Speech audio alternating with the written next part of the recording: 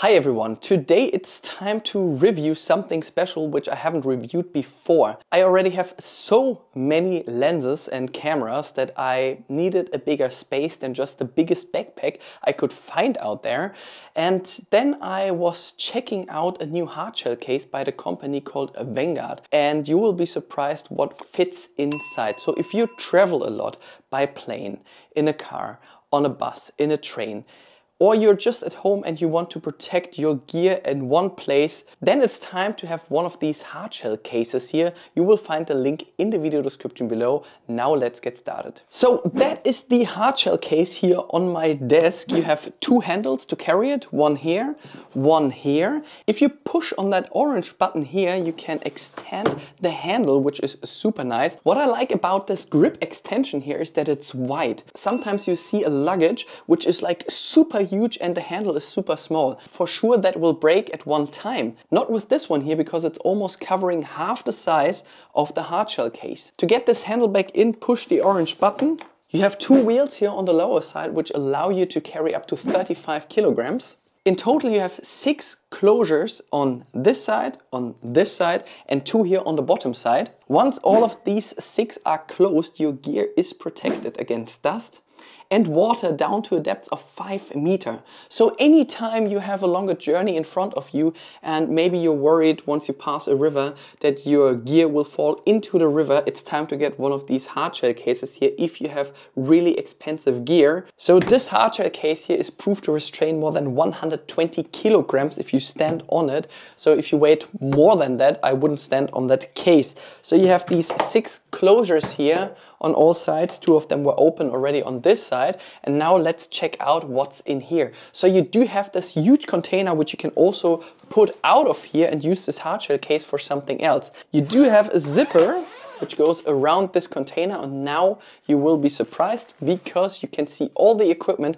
I'm using here at the time. By the way, I'm filming myself at the moment with my Sony a7 IV and a 24mm 1.4 G Master, which usually fits in here, and the G Master fits in here. So the camera goes here where the flash is and my 24mm goes here.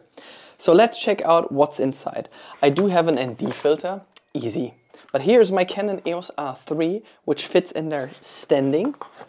Then I have a Canon RF 70 to 200mm 2.8, which fits also in here standing.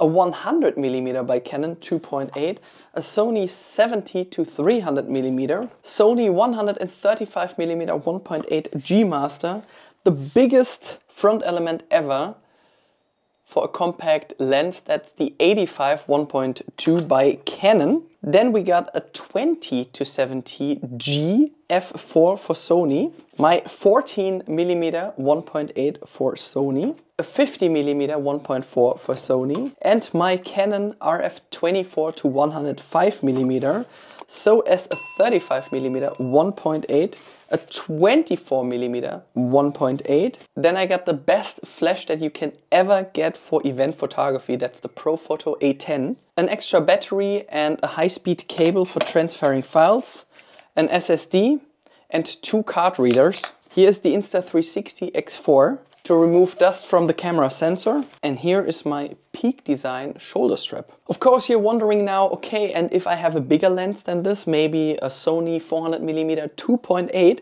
you can remove these dividers from here. You can place your camera in there, you can place your lenses in there like you want. You can totally move them around. And I just show you the setup, how I got this case actually. So if I remove these dividers, there will be space for a Sony 400mm 2.8.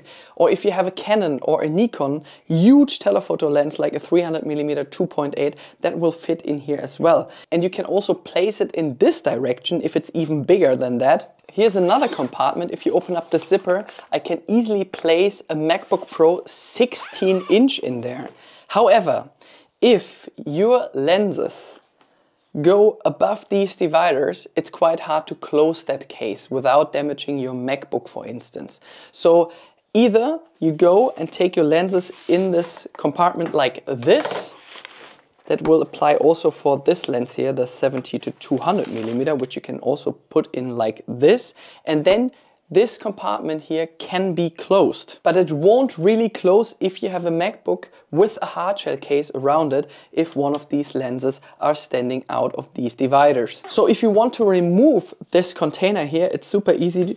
There's a handle here on this side, and you can use this hardshell case also for something else. So I hope you enjoyed watching this review about this huge hardshell case by Vanguard. If you do have any further questions, please make sure to leave a comment below. You can support my channel by buying this hardshell case using the link provided in the video description below. See you next time und tschüss.